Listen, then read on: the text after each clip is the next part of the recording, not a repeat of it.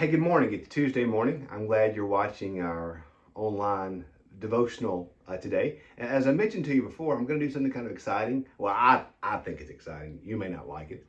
This week and in the coming days ahead, we're going to be looking at some different things in pop culture, some different stories that you may or may not know or may not be familiar with, and look exactly within these things and see where it is that we can find the gospel and what exactly in these stories points us to Jesus Christ. I love seeing different things in culture and finding the ways that these things can point us back to Jesus. As I said yesterday, Paul took the teachings of the Greeks themselves and spoke to them on Mars Hill about how these things point to Jesus. All truth is God's truth. And so there's ways we can find the gospel in different places in different ways. So as you know, my favorite thing outside of Jesus and my family is probably Star Wars. So the next few days, I'm going to look at some different Star Wars characters and see where it is that in their stories you can find the gospel. And so as we begin to think about today, who is the Star Wars character that resonates with us the most? And there's a lot. I mean, you have your dark side folks like Vader, obviously. Vader, a lot of folks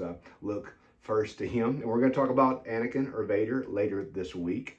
Yoda, obviously, is another key figure.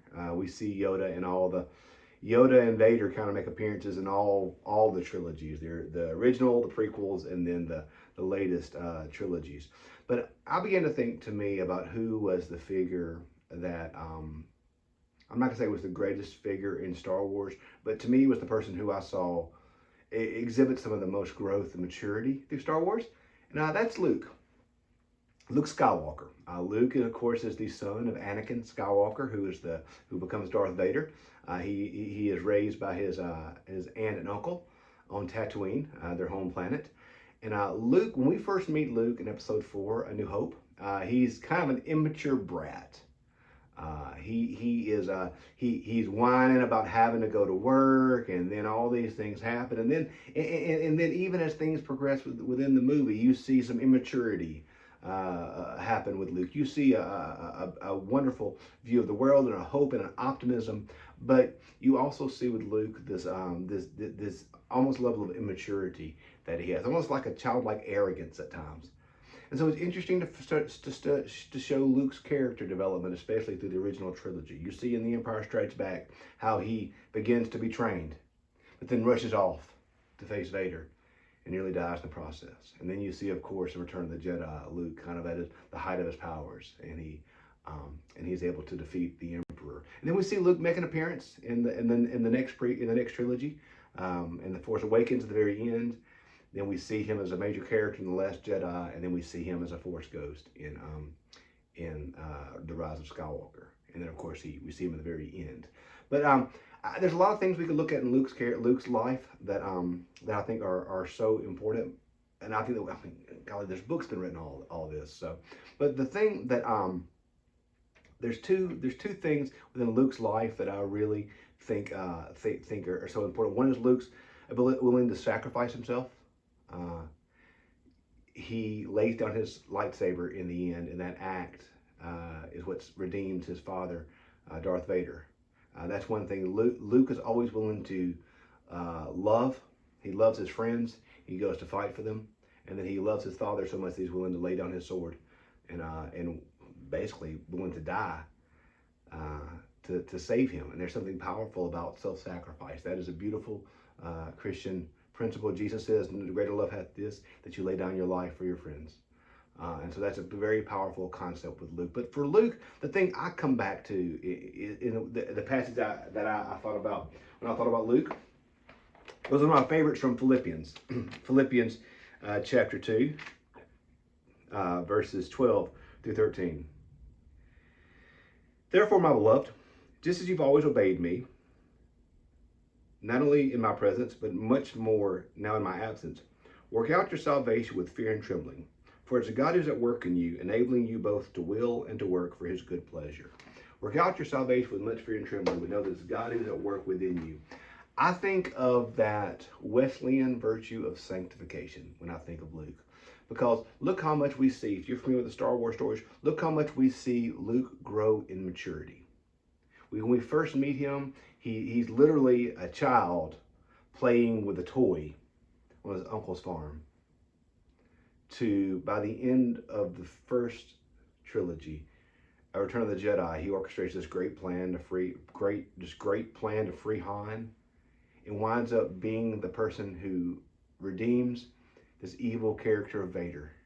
But then we see Luke's growth continue into The Last Jedi, the last movie that he has a major role in. How Luke admits that he made a mistake with Kylo Ren, and he withdraws, just like we see in the first movies when the Sith of the bad guys win in Episode 3. Yoda and Obi-Wan withdraw into exile. Well, Luke withdraws into exile. But we see in the end of The Last Jedi that Luke, at the right time, does come and fight and grows and reconnects himself with the Force. Luke's story throughout all of the movies is a story of growth and of maturity. How we see this naive young farm boy turn into the greatest Jedi that the universe had ever seen. He didn't stay as he was. He didn't stay some naive farm boy on Tatooine his entire existence. But he grows through his use of the Force. He grows in his willingness to learn. He grows in his willingness to follow where the Force leads. He grows. And as he grows, he begins to help others, to love others, to save others, and to be an emblem of good in the universe. Paul here says, work out your salvation with much fear and trembling. But know that God is at work within you. Our faith is supposed to be something that grows. Our faith is not something that's supposed to be just passive. If the Lord's desire for you was for you to remain unchanged after your conversion, then the Lord should have called you home at that moment. We believe that just as God himself saves you through his grace, God himself wants to grow you or sanctify you through his grace. He says here, work out your salvation, but know that it is God who's at work within you. So our job is to be faithful.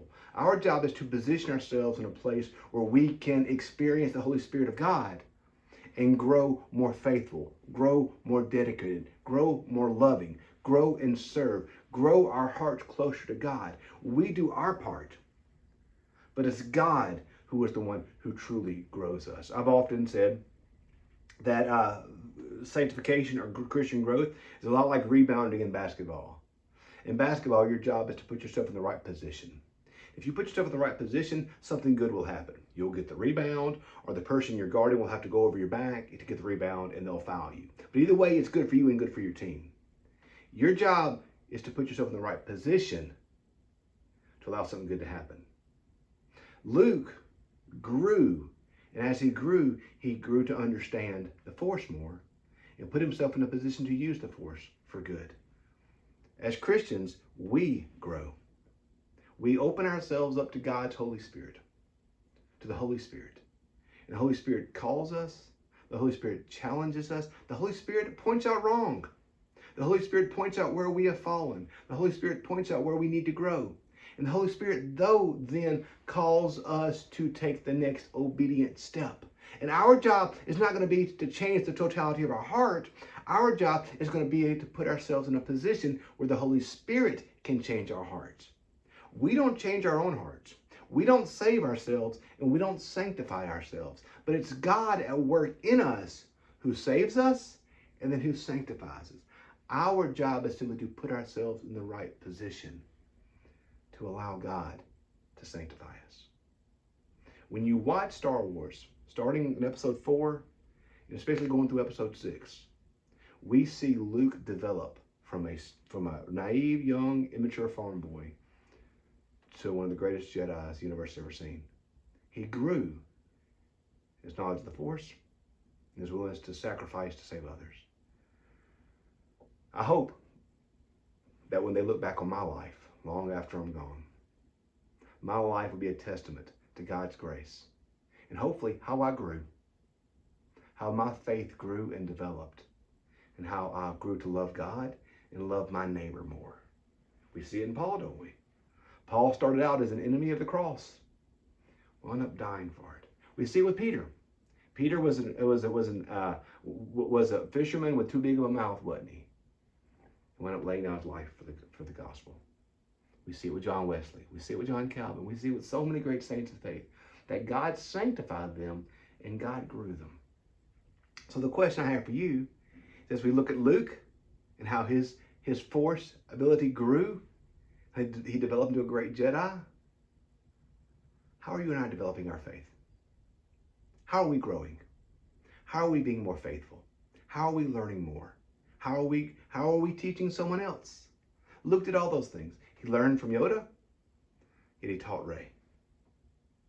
Luke redeemed his father through his sacrifice, but he also messed up with Kylo Ren. And he came back around. His life was a process of growth. For Paul in Philippians 2, that's what he's saying our life should be. Work out your salvation with much fear and trembling, but know that it's God who's at work with you. Let's do our part and be faithful. But let's know that it's God who's at work within us, making us holy, making us sanctified, and drawing us closer to God and to each other. So that's just a small little bit about Luke Skywalker. If you want to learn more, go get Disney Plus and watch all of Star Wars, which would be a great homework activity for today. But I hope you've enjoyed this. Tomorrow, we're going to look at Yoda. We'll look a little bit at Yoda's life and see what we can learn from him and apply to our own lives. Hope you have a great day. Talk to you tomorrow. Thanks for watching.